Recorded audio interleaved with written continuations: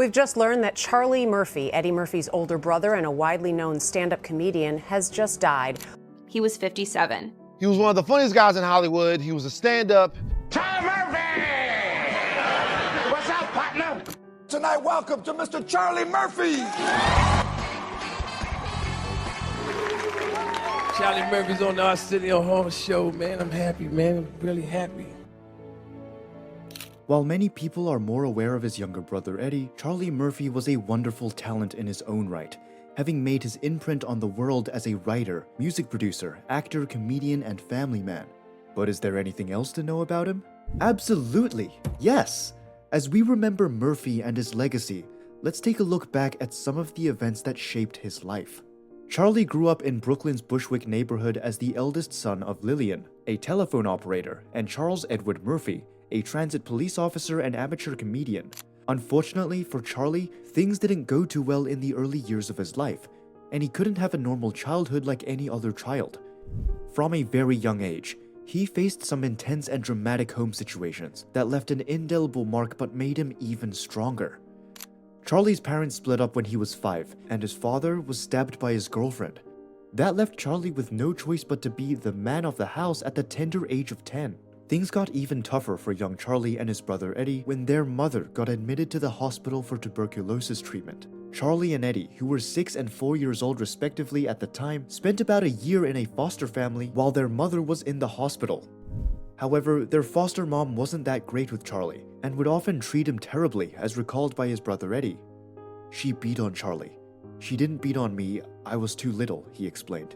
Despite his difficult childhood, Charlie did find time to enjoy his life. Murphy was 9 years old when he landed a small role in Hal Asby's 1970 picture, The Landlord.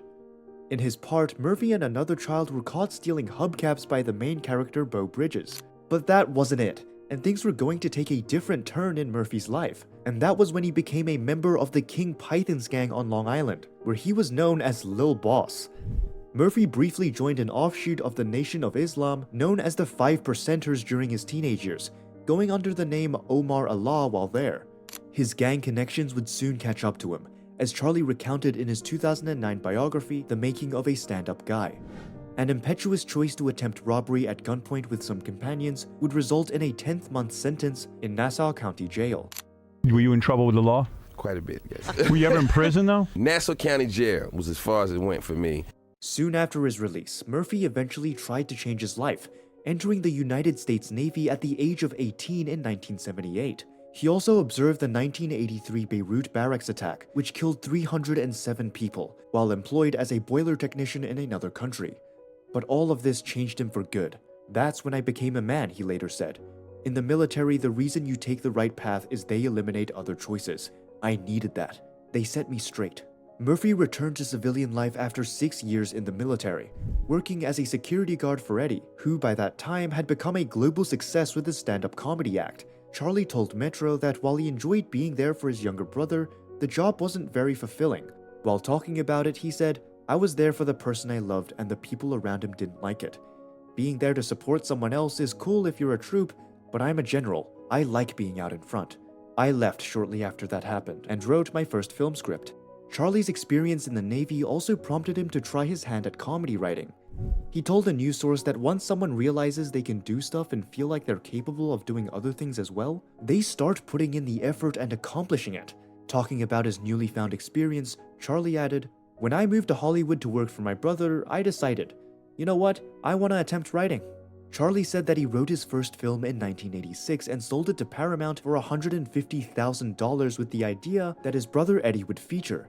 However, the film didn't make it to production. The movie was about crime boss Nicky Barnes, and the only reason the movie didn't get made is because back then you had dudes that were not visionaries, he told the news source. Charlie and Eddie also worked on the 2007 film Norbit.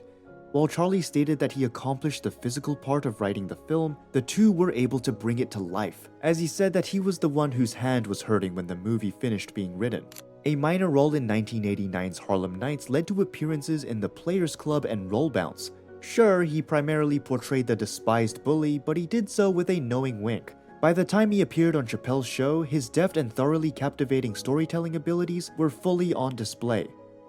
Charlie's first notable role came in 1993, when he played club owner Gusto in the humorous rap send-up CB4, which starred Chris Rock. Murphy went on to play over 50 parts on television and in films. What you looking at, punk? Nothing. Well, then what's your name, bitch? Albert Brown. However, quite possibly his most well-known accomplishment, the Queen's native appearance on Chappelle's Show, gained him mainstream acclaim in the mid-2000s. Looking back on his social contacts with his brother in Hollywood, the comedian recalled funny memories of Rick James, and in particular Prince, who possessed culinary and physical skills. Murphy also wrote for the series, creating the characters Tyree from The Mad Real World and Buck Nasty from The Player Haters Ball. Although his 2010 Comedy Central special I Will Not Apologize was uneven, he continued to hone his craft. The humor and timing became sharper, the gigs were more diversified, fascinating, and larger. There was voice work for the Boondocks and Teenage Mutant Ninja Turtles. There was a recurrent role in Cartoon Network's tragically overlooked Black Jesus. Murphy was on the all-star The Comedy Get Down tour with George Lopez, Cedric the Entertainer, Eddie Griffin, and Hughley when he died. It was a powerful validation that the stand-up he'd been working on so diligently was ready for primetime. But was he known for writing and acting only? Of course not! Before his writing and acting career took off, Murphy dabbled in music during the late 80s. He collaborated with the K9 Posse, a hip-hop group that included Wardell Mahone and Murphy's half-brother Vernon Lynch Jr. Murphy would help manage the short-lived group, as well as writing at least 2 songs on their debut album, which he also produced. While Charlie Murphy was a comedian by trade, it never felt like he was telling jokes. Murphy told tall tales, the kind you might hear from the low hum of music in the kitchen with your best friends in those tweener hours when it's too late in the evening to start anything and somewhere other than the living room feels miles away. He spoke in a deep, gruff voice that felt familiar, like work boot heels grinding across rough gravel, and told his narrative slowly and deliberately. Listen, guy, you seem to want to be a comedian.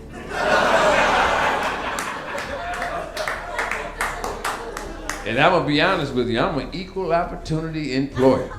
While talking about his job, Murphy once said, "A comedian's job is so dangerous." And then 2 days before his death, he tweeted, "Release the past to rest as deeply as possible."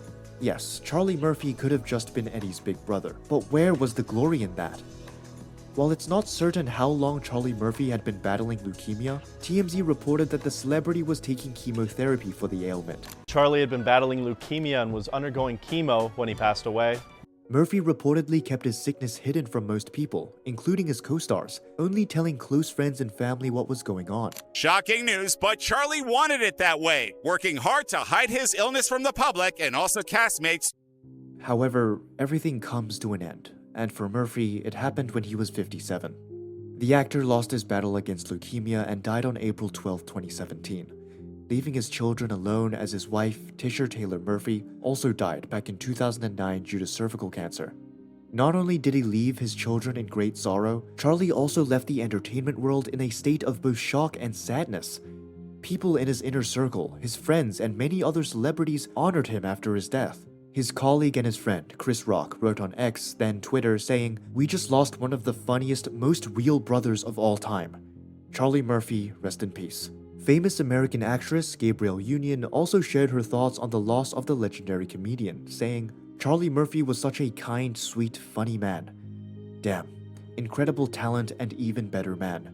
Rest in peace." Even after he died, Charlie Murphy's stand-up comedy specials continue to entertain and inspire fans. His distinct manner and infectious laughs ensure that his legacy endures. Charlie Murphy was adored by his fellow comedians, who frequently lauded his ability, kindness, and irresistible personality. He formed friendships with renowned figures such as Dave Chappelle, Cedric the Entertainer, and many others. With the rise of social media, Charlie Murphy's humorous experiences and memorable quotations became global. His wit and humor continue to captivate followers who share his hilarious talent across multiple media. Charlie Murphy's influence on the worlds of comedy and entertainment will never be forgotten. His contributions as a comedian, actor, and storyteller have left an indelible impression on both viewers and other artists. Charlie Murphy's life and career were full of incredible accomplishments, compelling stories, and unmistakable skill. From his early days in the Navy to his memorable appearances on The Chappelle's Show, he will be remembered as a comedic classic.